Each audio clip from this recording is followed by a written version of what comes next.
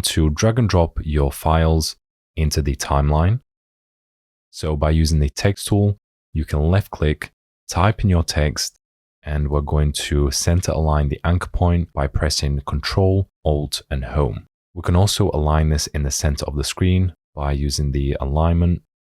And you want to select all of your layers and enable the 3D mode. If you don't see this option, you can switch the mode and it will be right here. What this will do is this will allow us to work in a 3D workspace, and we can drag this up, and we want the text to be behind the car. So we're just going to drag the Z further back behind it. We're also going to animate this by pressing P. You want to get yourself the first position, drag this one further out, and then with the first one, you just want to drag it up to hide it behind the car. So this will just make the text slide down like this. Now, at the moment, it's a little bit plain and boring. So we're just going to select both keyframes and easy ease the keyframes with F9. And this will just give us a smoother animation. We can also adjust the overall graph by going to the graph editor.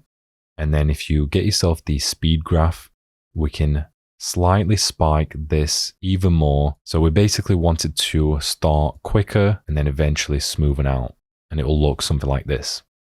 We also want to duplicate this layer by pressing Ctrl or Command and D 2 more times. And you want to drag the second one down here, and then the last one right here, and also the first one underneath the first series. We're just going to rename them so it's easier to identify. 1 series, 3 series, and also the 5th. We can also pair them up by using the pick whip, drag this up to the 1 series, the 3 series, and then the 5 series as well. What this will do is this will give us the option to be able to modify and change the position of the first one by dragging it over to the left, and it will also move the text as well. So you just want to scatter these around. We want the first one to be at the front, and then you want to drag the other one further back, and then the last one all the way at the back. So right about here. If you want to, you can also change the Y and then tilt these images as well. Completely up to you. From here, we can use the text tool, and we can rename the first one to 1 series, then the second one to 3 series, and then the last one to 5. If you right click in the empty space, go to new, and get yourself a 3D camera. Now this next step is really important. You want to copy the exact same settings that I have. Starting off with the type, you want to make sure it's a 1 node camera. You want to change the focus distance to 1700 millimeters. Enable the depth of field. This is very important. This will give that blur to the other objects in the background. Go ahead and press OK. We're not exactly going to edit the position of the camera or change the keyframes. We are going to use a null object. If you go to new, get yourself a null object. And what we can do is we can enable the 3D mode on this as well. And we can pick whip the camera onto null 1. This will give null 1 the ability to change the camera's position. So starting off with the first position, you want to animate this and drag this further out because we want the camera to basically go up, which will make the vehicles look like they are falling into the scene. We have a basic animation. Now, same as before, easy ease the keyframes. This will smoothen it more. And we're also going to edit the graph. This will spike down. So it should look something like this. Now to get to the graph, you want to make sure you set the speed graph, and that is how you get from the value to the speed graph. Now, once the camera flies down and it lands right here, we want the next null to then look at this one right here. If you right click, get yourself a new null object. We're going to once again get ourselves the position.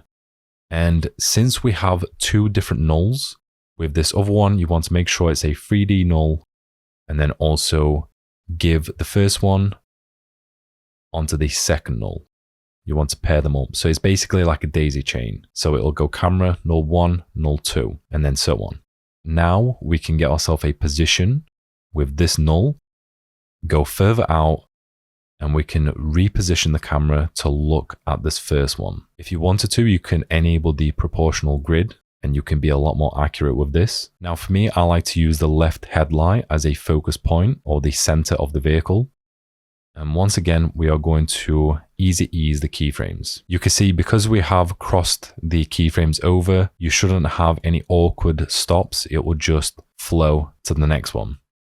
Now the next step from here is the exact same step as before. You would once again create yourself another null object and you would do the exact same steps to then focus on the 3 series and then the 5 series. It will look something like this, where it will fly down, look at the first one, look at the second one, and then go to the last one. And what I've done is I've made it zoom into the BMW logo. Now the next step from here is we need to also adjust the text so it doesn't appear straight away.